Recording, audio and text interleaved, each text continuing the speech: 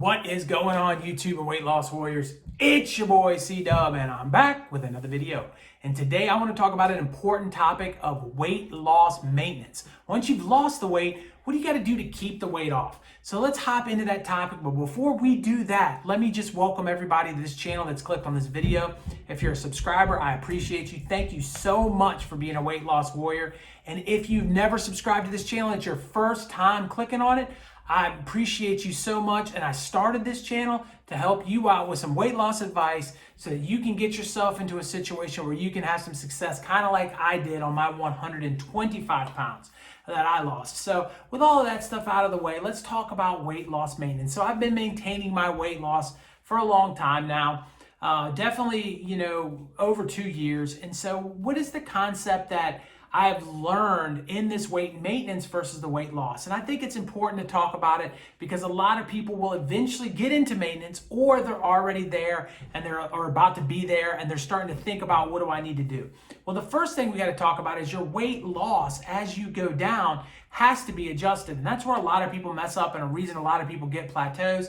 It's because their body eventually is going to get to a point in which it's burning the energy that it is intaking, and it's an even swap, and so it's going to level itself out. And that's ultimately where we want to be at maintenance, but we got to understand that our eating levels will go down. As our bodies get smaller, we require less energy to get them running, and so it would be like putting gas into a gas tank. When you're putting gas into a gas tank, if it's a smaller gas tank, it's going to take less gas, right? So if you have a giant gas tank, you can pour gas into it all day long, right?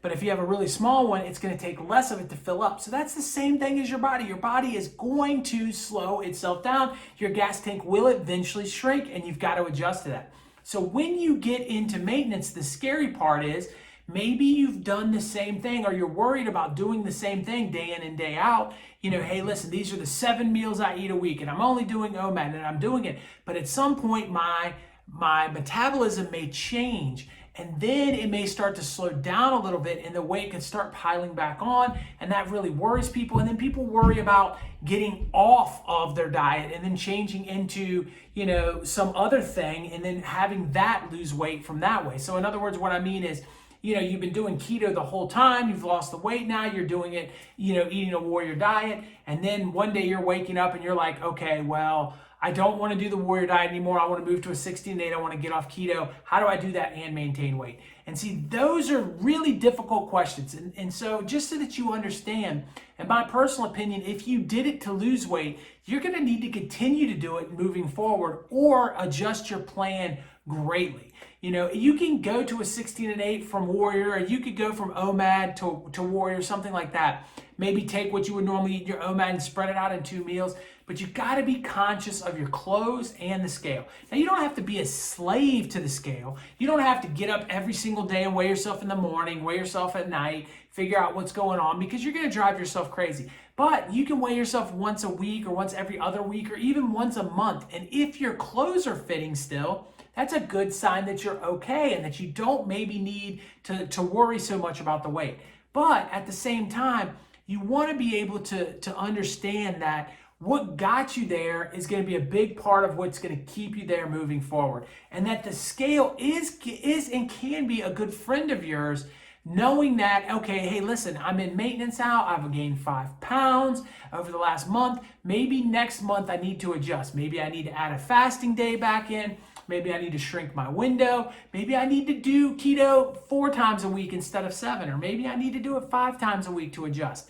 You've got to be able to look at your situation and constantly evaluate it. I think what happens a lot of times is people set a goal out, especially when people are not morbidly obese. So if you're somebody that's maybe carrying an extra 25 pounds, 30 pounds, and you used to be an athlete or something like that, and you're thinking to yourself, all right, I'm going to knock these 25 pounds off. It's my goal. And you go out there and you grind. I think this is where people fail the most. They get to their goal weight, and then they're right back to doing the things that they used to do. And I think that's where hiccups begin to happen. I think that's where struggles begin to happen. So if you can take a moment and step back away from that and understand that I'm going to have to keep track of looking at the scale. I'm going to have to keep track of my clothing.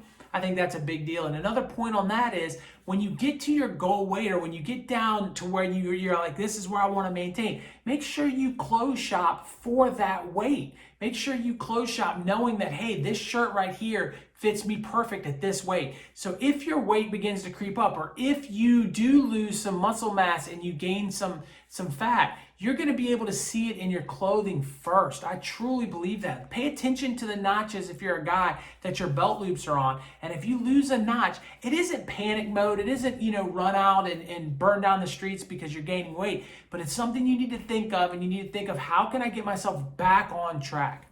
One more note that I want to say that I'm a victim of, and I think a lot of people on this channel can be a victim of too, is thinking, okay, well, I'm not where I want to be today. Okay, it's Thursday, and I see my belt loop and it's one off, and my clothes, my shirt's just a little bit tighter than I want it to be.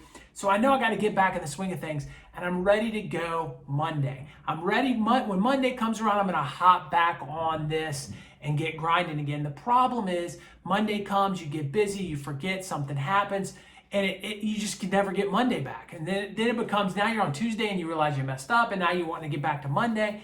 Look, if you see your clothes getting too tight, if you see the scale moving in the wrong direction, make an adjustment right away. Look at tomorrow and say, okay, what can I do tomorrow to get myself back on track? What do I need to do to be able to grind through something like that? And just a little thought too is adding some kind of, if you get into one of these hiccups, adding some kind of exercise into your routine might be the ticket to get you back down to maintenance too. Personally, I think that they say that only 2% of people that lose weight keep it off. And if you look at that 2%, almost all of them have incorporated exercise into their life. So that's something for you to consider too. So I hope that you got some bit of advice on how to maintain your weight from this video. If you liked it, check out this video over here. I think it'll help you out. And over here is one YouTube thinks you'll like. Click on one of them. But first, what do you got to do? You got to click on my face. It's right there. Subscribe to this channel. Become a weight loss warrior. I appreciate each and every one of you. Talk to you in the next one. Peace.